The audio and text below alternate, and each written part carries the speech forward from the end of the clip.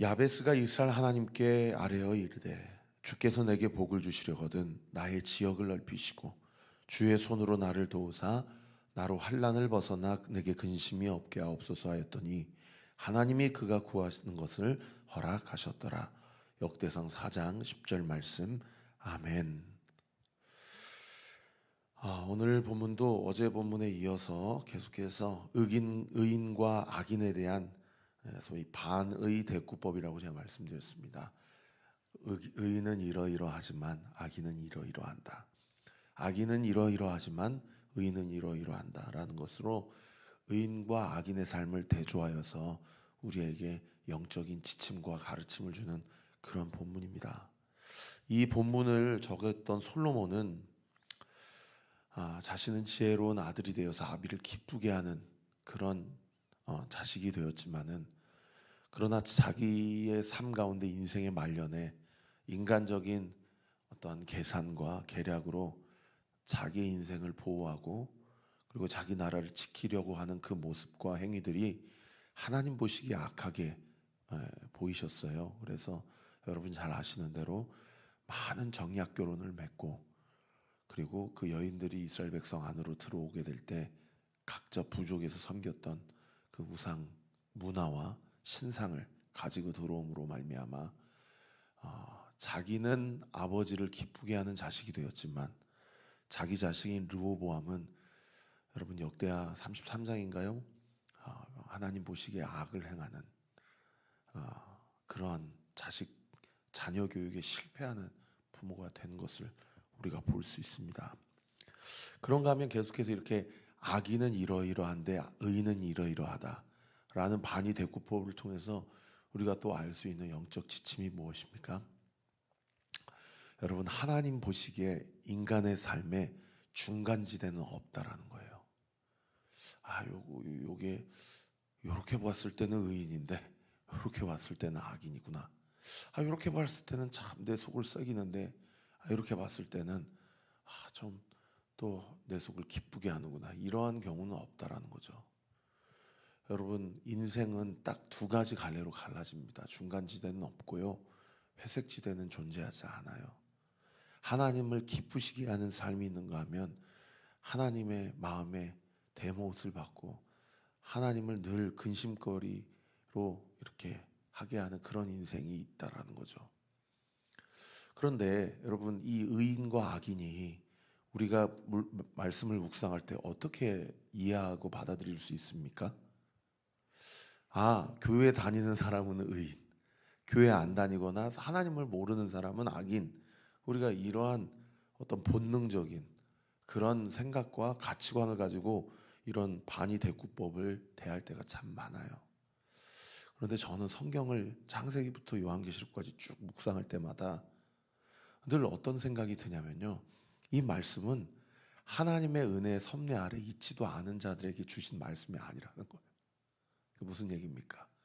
여러분 창세기부터 요한계시록까지는 하나님께서 창세전부터 그 이름 석자를 생명책에 기록해 놓으시고 내가 구원하기로 작정하고 예정된 자들에게 주신 하나님의 마음이요 하나님의 메시지라는 겁니다. 그런 관점에서 보면은 오늘 본문에 나오는 악인은요 하나님을 모르는 자들이 아닙니다.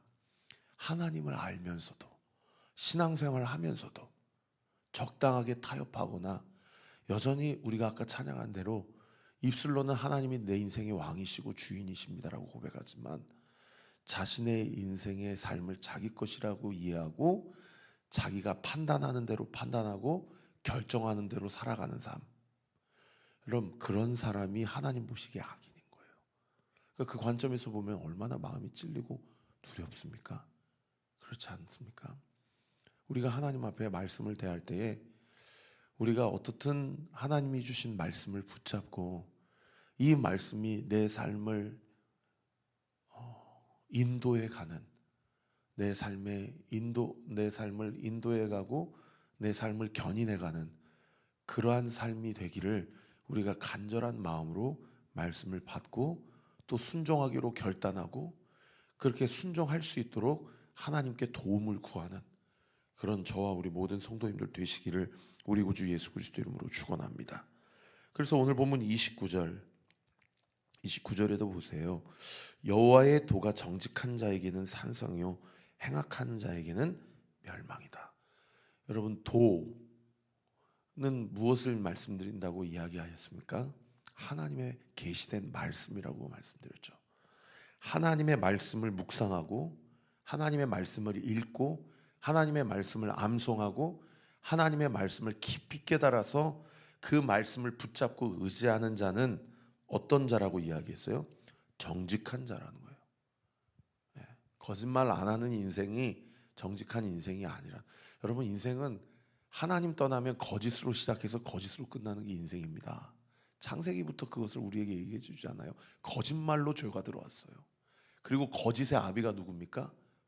하나님의 대척점에 있는 사탄 마귀입니다.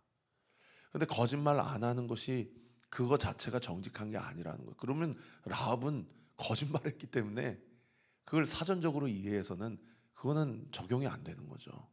그죠? 여러분, 정직하다라는 의미는 무엇입니까?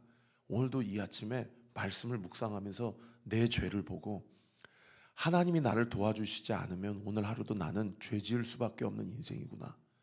그러나 하나님이 나를 도와주신다는 것을 이 아침에 믿음으로 취하고, 할렐루야, 하나님이 나를 도와주실 뿐만 아니라요, 나와 하나 되기를 원하시고요, 나를 사랑하시고요, 심지어 오늘 이 새벽에 여러분이 기도하시는 그 현장 가운데 여러분의 마음과 입술을 주장해 주세요. 할렐루야. 그래서 내가 육으로 하는 기도가 아니라 영으로 하는 기도가 되는 거죠. 영으로 하는 기도. 할렐루야. 하나님께서 내 입술을 통해서 기도하게 하시는 그 기도를 주님 앞에 간구할 때요, 사랑하는 성도 여러분, 믿으십시오. 그 기도는 100% 응답됩니다. 왜요? 주님이 내 기도의 주체가 되시기 때문이에요. 어제도 한 장로님이 저희 교회 또 물티슈 한 2,000장을 전도하라고 후원해 주셔가지고 제가 혼자 저거 창고에 들어놓으니까 힘들어서 아직도 좀 밖에 있는데, 그 물티슈를 확인하고 개수를 확인하는데 홀덤펍에 계시는 한 손님이 저한테 와서 이거 뭐예요? 뭐예요? 그래가지고 이거 전도하는 겁니다. 예수님 믿으세요. 제가 그렇게 말씀드렸더니 교회는 나가요 그러더라고요. 여러분, 그리스도인의 삶이 어쩌면 제가 그분을 비난하려고 드리는 말씀이 아니고요, 교회는 다니고 자기가 하고 싶은 일도 하고, 그게 어쩌면 현대인의 그리스도인의 영적인 어떤 수준의 실체가 아닌가, 상황의 본체가 아닌가, 그런 생각이 들어요. 그래서 제가 그 짧은 시기에 사장님, 예수님 믿으세요. 교회 다니지 마시고 예수님을 믿으세요. 내가 그렇게 말씀드렸어요. 그랬더니 그분이 저한테 교회 나가잖아요. 그러면 예수님 믿는 거 아닙니까? 그래서 제가 그랬어요. 교회 나가는 것과 예수님 믿는 것은 다른 겁니다. 여러분, 충격적인 고백입니다. 이건. 예 하고 가시더라고요. 제가 그분 뒷모습을 보면서 주님, 저분도 예수님 믿게 해주세요. 예수님을 만난 사람은요, 여러분, 다 어떤 사람들이었어요? 거렁뱅이, 거지, 저는 자, 문둥병자, 창녀, 세리. 여러분, 그 사람의 인생을 보고 그 사람을 판단할 문제가 아니에요. 그렇게 종만 받고 그렇게 백성들의 존경을 받는 대제사장, 바리새인들, 서기관들, 사두개인들, 열심당원들, 여러분, 예수님 뭐라고 하셨습니까? 화인 맞은 양심이요, 평탄한 무덤과 같다라고 말씀하지 않으셨습니까? 오늘 이 말씀, 여호와의 도가 정직한 자에게는 산성이다. 다른 번역 성경에는 여호와의 말씀을 정직하게 받아들이는 자들에게는 여호와께서 그들을 지켜주신다, 이렇게 번역하고 있어요. 행악하는 자에게는 멸망이다. 오늘 이 아침에도 주님이 우리에게 말씀해 주시는 그 말씀 붙잡고 온전히 승리하는 저와 우리 모든 온리교회 성도들 되시기를 우리 구주 예수 그리스도 이름으로 축원합니다. 어제 제가 6절부터 17절까지 의인의 언어 생활과 관련한 말씀이다라고 말씀드렸는데요. 오늘 본문도 크게 두 부분으로 나누면 18절부터 21절까지, 그리고 마지막 31절, 32절은 어제 본문에 이어서 의인의 언어 생활, 악인의 언어 생활이 어떠한지를 이야기해 주고 있어요. 18절 보세요. 미움을 감추는 자는 거짓된 입술 가진 자고, 이 미움을 감춘다는 얘기는 다른 번역 성경에 말은 친절하게 말하는데 미움을 마음에 숨기는 자라고 번역하고 있거든요. 그러니까 앞과 겉과 속이 다른 거죠. 그런 사람은 어떤 사람이래요? 거짓된 입술을 가진 자요. 중상하는 자, 다른 번역 성경에는 근거 없는 말로 남을 헐뜯는 자. 어떤 사람이랍니까? 미련한 자다. 19절에 말이 많으면 허물을 면하기 어려우나 그 입술을 제어하는 자는 지혜가 있다. 20절 의인의 혀는 수는과 같거니와, 수는은 그 어떤 불순물도 섞이지 않는 순수한 상태를 이야기하잖아요. 그러나 악인의 마음은 가치가 적다. 이 번역이 좀 아쉬워요. 다른 번역 성경은 가치가 아예 없다 이렇게 번역하고 있는데 사실 원문에 의하면 이게 가깝습니다. 가치가 없어요. 그리고 21절에도 보세요. 의인의 입술은 여러 사람을 교육하나 미련한 자는 지식이 없어 죽으니라. 여기도 의인의 입술은 여러 사람을 교육한다는 얘기는 살린다는 얘기입니다. 하나 말씀을 의지하고 정직한 삶을 살기로 주와 동행하는 자는 사람을 살리는 말을 하고, 악인은 죽이는 말을 한다는 거예요. 지식이 없어 죽는다는 얘기는. 마지막 31절 32절 보세요. 의인의 입은 지혜를 내어도 패역한 혀는 배임을 당할 것이다. 잘림을 당할 것이다. 여러분, 혀가 잘리면 어떻게 됩니까? 사람 죽죠. 32절 의인의 입술은 기쁘게 할 것을 알거늘, 기쁘게 할 것을 알거늘이라는 얘기는 남에게 유익한 말을 한다라는 거예요. 그러나 악인의 입은 패역을 말한다. 여러분, 이렇게 의인과 악인의 언어 생활에 대해서 오늘 본문이 18절부터 31절까지 쭉 이야기를 하고 있는데, 정리를 하면 무슨 얘기입니까? 악인은 사람을 죽이는 말을 할 뿐만 아니라 그 말 때문에 자기도 죽고, 의인은 사람을 살리는 말을 할 뿐만 아니라 그 말로 인하여서 자기도 생명을 보존받는다라는 거죠. 여러분, 언어 생활과 관련해서 가장 중요한 오늘 본문에 제 마음에 와닿았던 표현은 여러분 19절이었어요.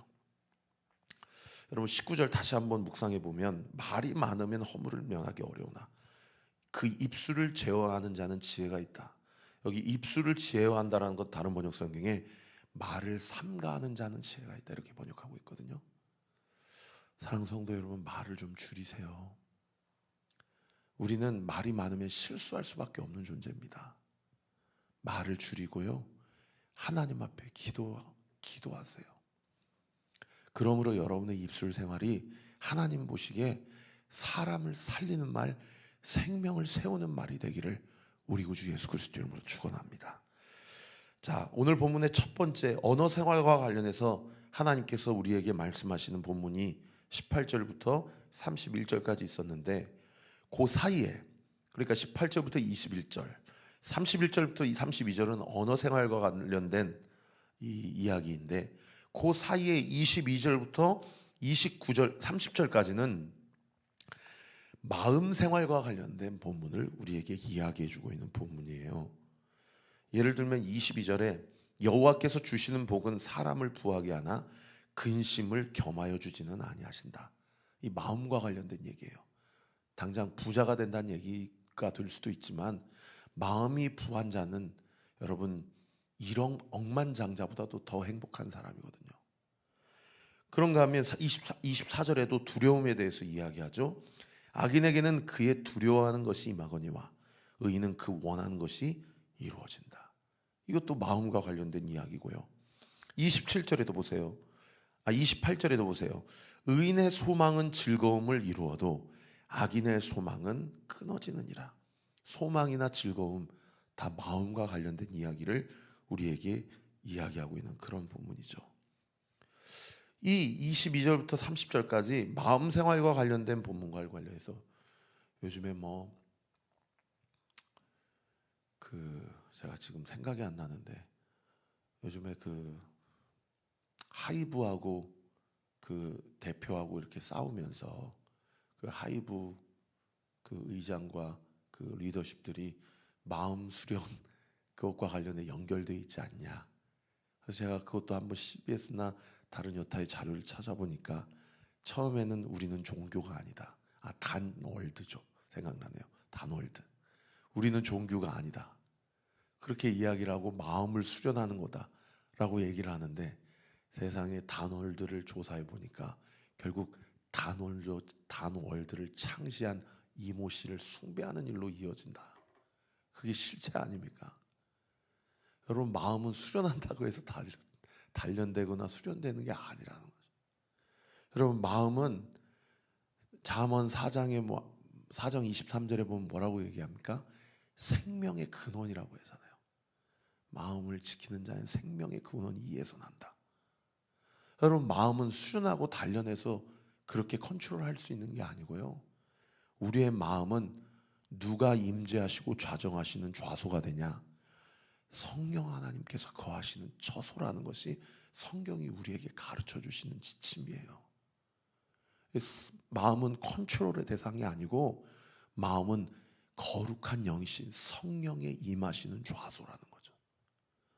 그러니까 이 마음 가운데 우리가 성령님을 초대하고, 아니 이미 좌정하신 성령님을 신뢰하고, 할렐루야, 그 하나님의 우리의 삶 가운데 찾아와 주시고 우리의 삶 가운데 우리의 마음의 좌소에 임재하셨다는 사실을 믿음으로 취하고 성령의 음성을 듣고자 노력하고 성령의 속삭임 가운데 우리가 인도하심을 받고 성령이 가르쳐 주시는 대로 우리의 마음을 주님 앞에 활짝 열어드리면요, 여러분, 요한계시록 3장에 우리 주님께서 문 밖에서 두드리는 일 없고 우리에게 들어오셔서 우리와 더불어 먹고 우리와 더불어 마시며 우리와 함께 동행하고 살아가는 인생이 주어지게 된다라는 겁니다. 그런 삶을 살아갈 때 오늘 본문 22절의 복이 우리에게 임해요. 22절 보세요. 여호와께서 주시는 복은 사람을 부하게 하고 근심을 겸하여 주지 아니한다. 여러분, 근심의 마음을 빼앗기지 마시고 근심을 이겨내시고 밀어내시고 그 근심을 초월케 하시는 성령 하나님을 우리의 마음에 온전히 초청하시고 우리의 마음 가운데 성령 하나님이 좌정하셨다라는 것을 믿고 성령의 음성을 따라 쫓아가는 저와 우리 모든 온리교회 성도들 되시기를 예수님의 이름으로 축원합니다. 그러면 어떻게 돼요? 23절을 보세요. 미련한 자는 행악으로 낙을 삼는 것 같이 명철한 자는, 성령님을 마음의 주인으로 모시는 자는 지혜로 낙을 삼는다. 성경에서 지혜하면 누구를 생각하라고 말씀드렸습니까? 예수 그리스도. 예수 그리스도와 동행하는 것이 인생의 낙이에요. 할렐루야. 24절 하반절에도요. 그렇게 되면 어떻게 돼요? 그 원하는 것이 이루어진다. 25절 하반절에도요. 그 사람은 예수 그리스도께서 영원한 기초가 되신다라는 거예요. 다른 번역 성경에 끄떡없다라는 거예요. 끄떡없다라는 거예요. 오늘 새벽에도 제가 우리 김미리 집사님 위해서 기도할 때 여기도 정육점이 생기고 저희 집 앞에도 대박 축산 정육점이 생겨서 아이고 우리 보석 정육점 위해서 더 기도해야 되겠다.